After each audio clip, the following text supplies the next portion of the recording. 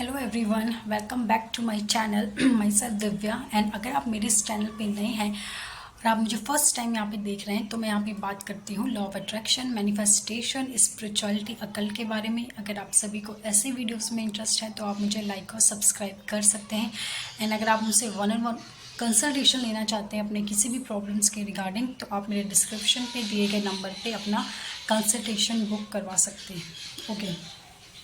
सो अगर आप जानना चाहते हो, अगर आपको जानना है या आपका कंसर्न है कि हम बहुत कंफ्यूज हो चुके हैं कि हम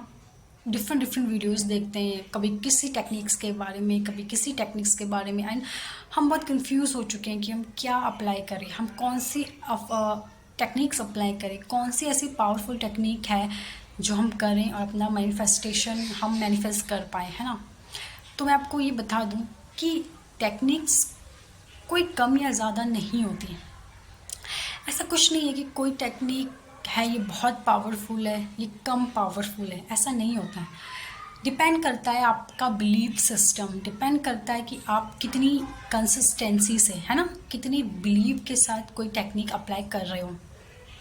आप किस तरीके से अप्लाई कर रहे हो, क्या मेथड से अप्लाई कर रहे हो, ठीक है, वो मैटर ज़्यादा करता है। टेक्निक्स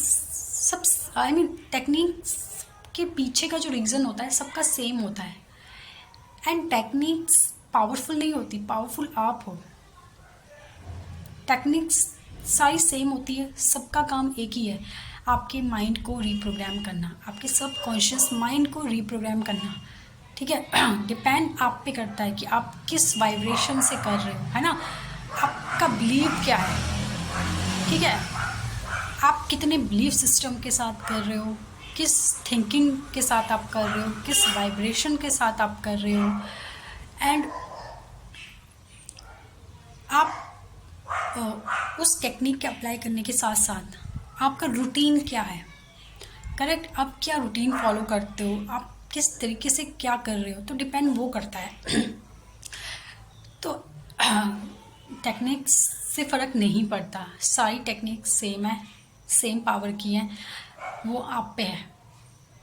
आपका बिलीव सिस्टम क्या है, आप कितने बिलीव के साथ पहले तो वो टेक्निक कर रहे हो, प्लस आफ्टर टेक्निक आप क्या सोचते हो, आपका रूटीन क्या है। अगर आप टेक्निक कर रहे हो आधे घंटे की या 1 घंटे की, लेकिन थ्रू आउट आप नेगेटिव सोच रहे हो, है ना,